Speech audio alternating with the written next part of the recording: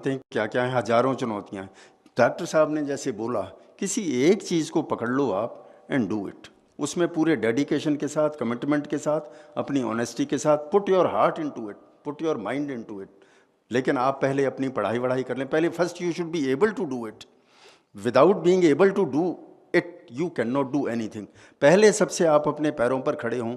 मैं ये कहता हूँ कि पहले आप अपने को सेट करिए, इसके बाद आप अपने दूसरे गोल सेट करिए which are in the larger interest of the society.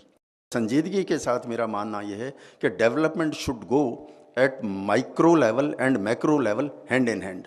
Actually किसी भी देश या किसी भी समाज का अगर नेचुरल रिसोर्स वेस्ट पड़ा है, अनयूटिलाइज्ड पड़ा है, तो it is a national loss.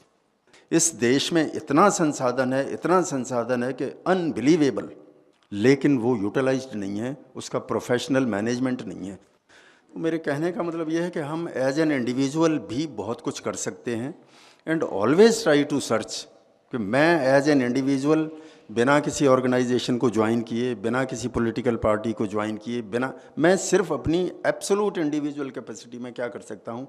Definitely आप अगर एक कदम बढ़ाएंगे तो आपके साथ लोग आएंगे, अपोजिशन भी होगा, it is a part of the game. मेरे ख्याल से मैं इतना ही कह सकता हूँ।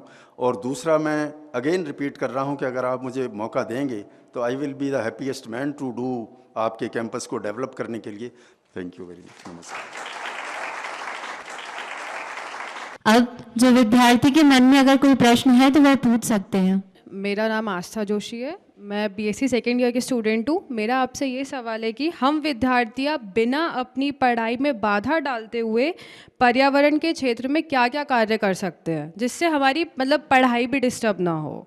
तो सबसे पहले तो आप जो कर रही हैं इस समय, अभी at this moment right now, आपकी जो ड्यूटी है उसमें बेस्ट एक्सेल करिए आप। फिर जब आप कर लें, जब आपके पास मौके आएंगे, तो then there is lot of chance in life.